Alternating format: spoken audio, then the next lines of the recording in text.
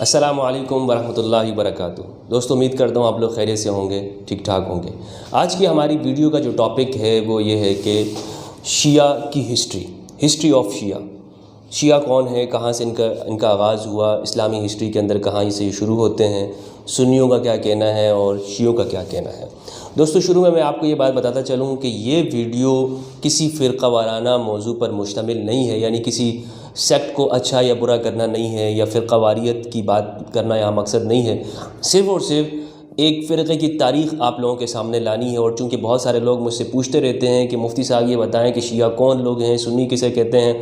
چونکہ دنیا میں سوال اٹھتے ہیں تو اس کا جواب دینا اور نالج کو آگے لے کر آنا ہے، ورنہ آپ لوگ سمجھتے ہیں اور جانتے ہیں مجھے اچھی طرح سے کہ میں ان فرقہ وارانہ بحثوں کے اندر نہیں پڑھتا ہوں، اور میں تو انسانیت کی بات کرتا ہوں۔ لیکن چونکہ ایک نالج ہے لوگوں کے سامنے، جو میں نے سمجھا ہے اسے آپ پیش کرنا ضروری ہے، تو میں اپنا فرض سمجھتی ہوں آپ لوگوں کے سامنے اسے پیش کر رہا ہوں۔ تو شیعہ کہاں سے شروع ہوئے؟ دوستو خود شیعوں کا کہنا یہ ہے کہ یہ جو لفظ ہے فرقے کے معنی کے اندر، یہ نبی اکرم صلی اللہ علیہ وآلہ وسلم کے زمانے میں موجود تھا۔ کچھ شیعوں کا کہنا ہے کہ ایک روایت بھی اس میں موجود ہے کہ آپ صلی اللہ علیہ وآلہ وسلم نے حضرت علی سے فرمایا، یا علی انت و شیعتک هم الفائزون، اے علی تم اور تمہارے شیعہ کامیاب ہوں گے۔ اور لیکن سنی حضرات کا کہنا ہے کہ اس طرح یہ لفظ موجود نہیں ہے، بلکہ یہ جو فرقہ ہے سنی حضرات کا یہ کہنا ہے کہ ایک یہودی تھا ابن سبا، اس نے اسلام قبول کیا اور حضرت علی کے زمانے میں تھا، اس نے غلط عقائد لوگوں کو پڑھانا شروع کر دیے، حضرت علی کو خدا بنانے کا جو عقیدہ ہے وہ لوگوں کو سمجھانا شروع کر دیا، پھر حضرت علی نے اس کو سزا بھی دی وغیرہ وغیرہ۔ یہ ایک کہانی بیان کی جاتی ہے۔ لیکن ان دونوں باتوں کو ایک سائڈ پہ رکھتے ہوئے ہم قرآن مجید کو اگر دیکھیں تو کیا قرآن میں شیعہ کا ورڈ موجود ہے یا فرقہ موجود ہے؟ تو دوستو قرآن مجید کے اندر شیعہ فرقے کے طور پر کسی جگہ موجود نہیں ہے کہ شیعہ ایک فرقہ ہے یا سنی ایک فرقہ ہے، سنی کا بھی موجود نہیں ہے، بلکہ قرآن میں کوئی فرقہ ہی نہیں ہے۔ قرآن یونیورسل کی بات کرتا ہے، تو شیعہ فرقے کے معنی میں نہیں ہے۔ لیکن اس لفظ کے اندر، اس لفظ کے طور پر شیعہ کا جو لفظ ہے وہ قرآن میں موجود ہے۔ عربی میں یہ پارٹی کو کہتے ہیں، اور ایک جماعت کو کہتے ہیں، گروہ کو کہتے ہیں، تو اس معنی میں ہے۔ لیکن عقیدے یا فرقے کے معنی میں جو آج ہمارے ہاں شیعہ دنیا کے اندر موجود ہیں فرقہ، اس معنی میں نہیں ہے کہ ان کے لیے یہ لفظ بولا گیا ہو۔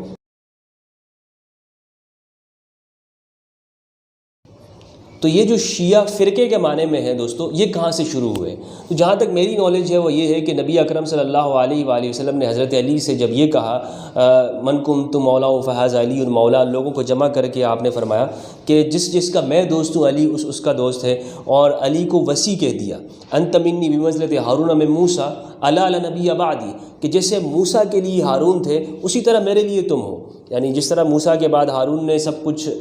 جو ہے وہ اپنی قوم کی باغ ڈور سنبھالی، اسی طرح آپ بھی ہو۔ لیکن میرے بعد چونکہ نبیوں کا سلسلہ نہیں ہے، ان کے بعد نبیوں کا سلسلہ تھا تو ہارون نبی بن گئے، لیکن میرے بعد نبی نہیں ہے۔ اس کے بعد پھر جب خلافت کی بات ہوئی سقیفہ بنی ساعدہ میں نبی اکرم صلی اللہ علیہ وآلہ وسلم کے بعد، تب بھی حضرت علی کی طرف کچھ لوگ تھے اور کچھ دوسری طرف تھے، حضرت عمار، مقداد، حضرت ابو ذر غفاری رضی اللہ عنہ، عبداللہ ابن عباس، جابر ابن عبداللہ وغیرہ۔ لیکن شیعہ باقاعدہ گروہ میں ابھی سٹارٹ نہیں ہوا۔ جب حضرت علی کو خلافت ملی، حضرت بکر صدیق کے بعد حضرت عمر رضی اللہ عنہ، حضرت عمر کے بعد حضرت عثمان، پھر حضرت علی، تو جب حضرت علی کے پاس خلافت آئی تو اس وقت کے اندر باقاعدہ حضرت علی کے، چونکہ حضرت علی کے خلاف ایک موومنٹ شروع ہو گئی تھی خوارج کی، ایکسٹریمسٹ اسلام کے اندر، اور باغیوں کی، جمل والوں کی اور شامیوں کی، ان تینوں کے ساتھ بڑی ایک گھمسان جنگیں ہوئی ہیں، خوارج کے ساتھ نہروان کے اندر، باغی شامیوں کے ساتھ صفین کے اندر، اور جمل والوں کے ساتھ جو ہے وہ وہاں پہ جو جنگیں ہوئی ہیں بصرہ کے اندر۔ یہ جنگیں جو ہیں انہوں نے اس موقع پر حضرت علی کے جو شاگرد تھے یا جو چاہنے والے تھے، جو آپ کے عسکریہ تھا، وہ ایک بھرپور طریقے پر سامنے آیا، اور اس موقع پر یہ ایک شیعہ گروہ کے اس میں شروع ہوا۔ لیکن ابھی یہ ارتقائی سفر کر رہا ہے۔ اس کے بعد جب امام حسین رضی اللہ تعالیٰ عنہ کا ایک واقعہ کربلا ہو جاتا ہے جو مظلومانہ شہادت ہے، اس پر پوری امت مسلمہ مدینہ مکہ کے اندر ایک غم و غصے کی لہر دوڑ پڑی اور لوگ امویوں کے خلاف نکل آئے۔ لیکن اس کے بعد پھر مختار ثقفی نے انتقام لیا تو ایک شیعہ باقاعدہ گروہ کی شکل میں آ گئے۔ اب انہیں ضرورت تھی ایک فقہ کی، جو کہ امام جعفر صادق علیہ السلام نے باقاعدہ ایک فقہ ان کے لیے مرتب کر دی، اور اس میں دینیات کے مسائل وغیرہ تھے۔ لیکن امام زین العابدین کے جو بیٹے ہیں حضرت زید، انہوں نے ہر ظالم کے خلاف نکلنے کا ایک منشور تیار کیا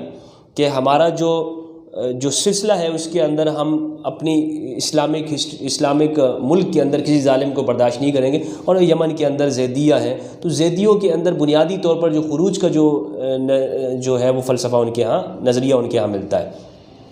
تو شیعوں کو باقاعدہ اس طور پر ایک موومنٹ ملی اور اس طرح ایک فرقہ وجود میں آیا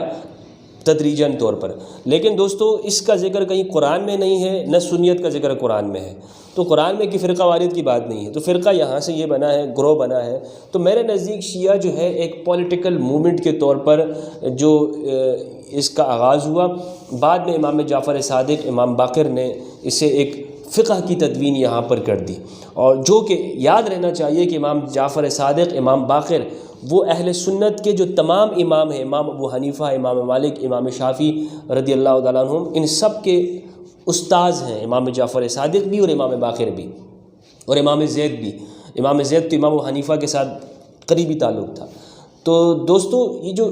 اب یہ شیعہ کے لفظ کو ایسے گالی بنا دی گئی ہے، جیسے میں نے آپ کو شروع میں کہا کہ کچھ لوگ کہتے ہیں کہ یہودیوں نے اس کو شروع کیا، ایک یہودی شخص تھا، اس نے اسلام قبول کیا اور اس نے پھر شیعہ فرقہ وجود۔ تو یہ میرے نزدیک موضوع روایات ہیں۔ سیف ابن عمر التمیمی نے اس کو سب سے پہلے اس کا ذکر کیا ہے، لیکن خود سیف ابن عمر التمیمی کو ہی بڑا ایک زندیق تک لکھا گیا ہے، تو اس شخص کی باتوں کا اعتبار کیسے ہو سکتا ہے؟ تو اب چونکہ سنی اور شیعہ کے بڑے جھگڑے ہوتے ہیں، ایک دوسرے پر الزامات لگتے ہیں، ادھر سے یہودی اور ادھر سے بھی کہا جاتا ہے، ایک دوسرے پر الزامات لگائے جاتے ہیں، تو میں نے چاہا کہ اس کو ذرا کھول کر آپ لوگوں کے سامنے بیان کر دوں، ذرا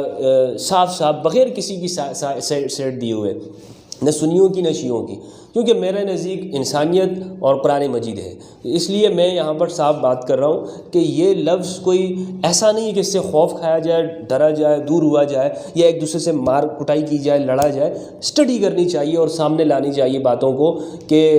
حقیقت کیا ہے جو ہماری کتابوں کے اندر ہے۔ تو یہ وہ بات تھی میرے نزدیک کہ شیعہ کہاں سے شروع ہوئے اور کون ہیں، ان کی تاریخ کیا ہے اور کیسے آج یہاں تک پہنچے ہیں۔ امید کرتا ہوں کہ آپ لوگوں کو اس پہ رہنمائی ملی ہوگی۔ اگر کوئی سوال ہو تو کمنٹ ضرور کیجیے گا۔ آپ لوگوں کا بہت بہت شکریہ۔